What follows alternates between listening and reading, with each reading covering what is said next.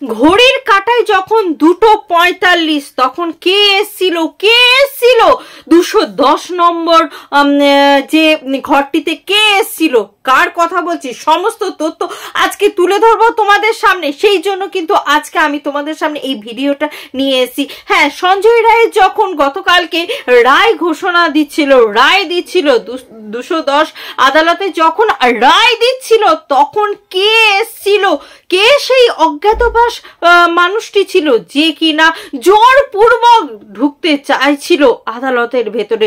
তাহলে সে কি কোনো নামি দামি কোনো অপরাধীর কোনো ডান হাত ছিল যে কিনা এই সঞ্জয় রায় যদি কোনো কারণে মুখ খুলে দেয়, তার ফাঁসির কথা শুনে বা তার কোনো সাজার কথা শুনে সে যদি কোনো রকম ভাবে মুখ খুলে দেয়, এই মানুষটি যাবে গিয়ে তাকে হয়তো কোনো রকম কোনো ক্ষতি সাধন করতে পারবে, এইরকম কি কোনো চিন্তা ভাবনা তার ভেতরে ছিল?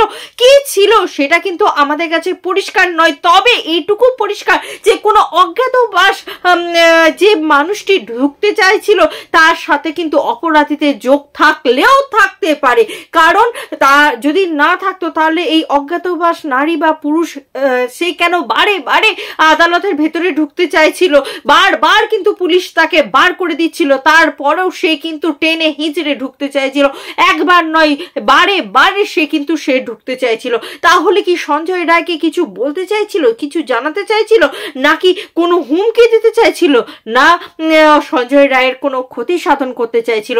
এটা কিন্তু বড় প্রশ্ন একটা দাঁড়িয়ে যাচ্ছে আমাদের সকলের মনের ভেতরে। হ্যাঁ, এই মতো অবস্থায় অভয়ার মা বাবা কিন্তু কান্নায় ভেঙে পড়ছে যে তার মেয়ে মারা গেছে, কিন্তু তার অপরাধীরা কেন বেঁচে থাকলো।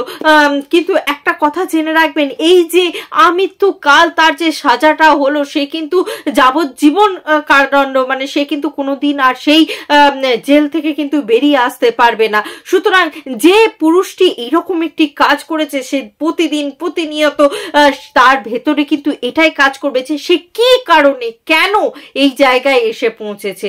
এবং এখানে আরো একটি কোশ্চেন দাঁড়িয়ে যাচ্ছে যে এরকমও হতে পারে যে সঞ্জয় রায় মুখ খুললো এবং তার মানসিক পরিবর্তন হলো এবং সে মুখ খুললো এবং সমস্ত তথ্য সে সবার সামনে জানিয়ে দিল যে সেদিন রাত্রে কি কি ঘটনা ঘটেছিল। হয়তো ফাঁসি হয়ে গেলে সে হয়তো তার সাথে সাথে সেই নামগুলোও চলে যেত।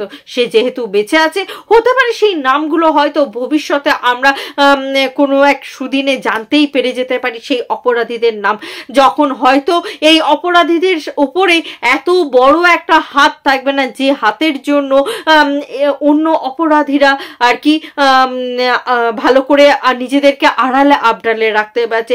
যে অপরাধী এত বড় একটা নিজেদেরকে সাধারণ মানুষের সাথে তুলনা করতে পারে অপরাধ করার পরও, যে সমস্ত অপরাধীরা শুধুমাত্র অপরাধ করেছে সেই মানে সেই যে চিন্তা ভাবনা, সেই যে ব্যাপার, তাদের ভেতরে কোনো ক্রিয়া প্রতিক্রিয়া নেই, তারা এত বড় একটা জঘন্য থেকে নারকীয় অপরাধ করেও যারা কিনা নিশ্চিন্তে ঘুরে বেড়াতে পারে, তাদের মতন নরপিশাচ আর দুনিয়ায় দুটো আছে বলে তো আমার মনে হয় না।